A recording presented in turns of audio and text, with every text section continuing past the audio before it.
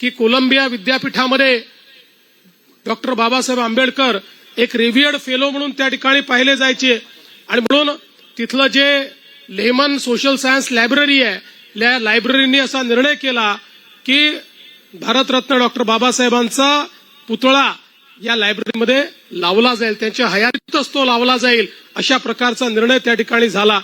आणि मग हा पुतळा तयार करण्याची जबाबदारी वाघ यांनी स्वीकारली.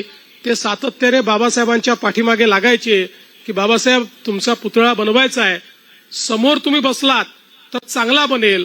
आणि अनेक वर्ष अनेक वेळा पाठपुरावा केला. शेवटी एक दिवस बाबासाहेबांना वेळ मिळाला आणि बाबासाहेब त्या ठिकाणी गेले.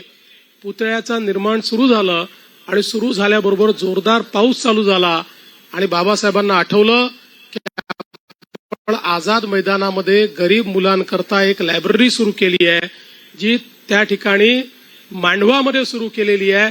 त्या लायब्ररीतले सगळे पुस्तकं भिजतील म्हणून तो पुतळा तसाच सोडून बाबासाहेब आझाद मैदानाकडे गेले आणि त्यानंतर तो पुतळा बनवण्याकरता कधीच परत गेले नाही. शेवटी त्याला तो पुतळा बाबासाहेबांच्या त्या ठिकाणी म्हणजे ते नसतानाच तो तयार करावा लागला. त्यामुळे अशा प्रकारे ज्यांच्या ठाई स्वतःचा नाही समाजाचा, स्वतःचा नाही देशाचा, स्वतःचा नाही विश्व कल्याणाचा विचार होता, अशा प्रकारचे बाबासाहेब हे खऱ्या अर्थानं आमचे राष्ट्रपुरुष आहे.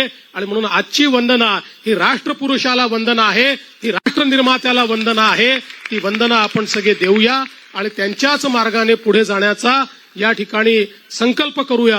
एवढंच आजच्या या प्रसंगी मी बोलतो आणि पुन्हा एकदा भारतरत्न डॉक्टर बाबासाहेब आंबेडकरांना अभिवादन करत आणि सर्वांना या जयंतीच्या शुभेच्छा देत मी माझे 2 शब्द संपवतो.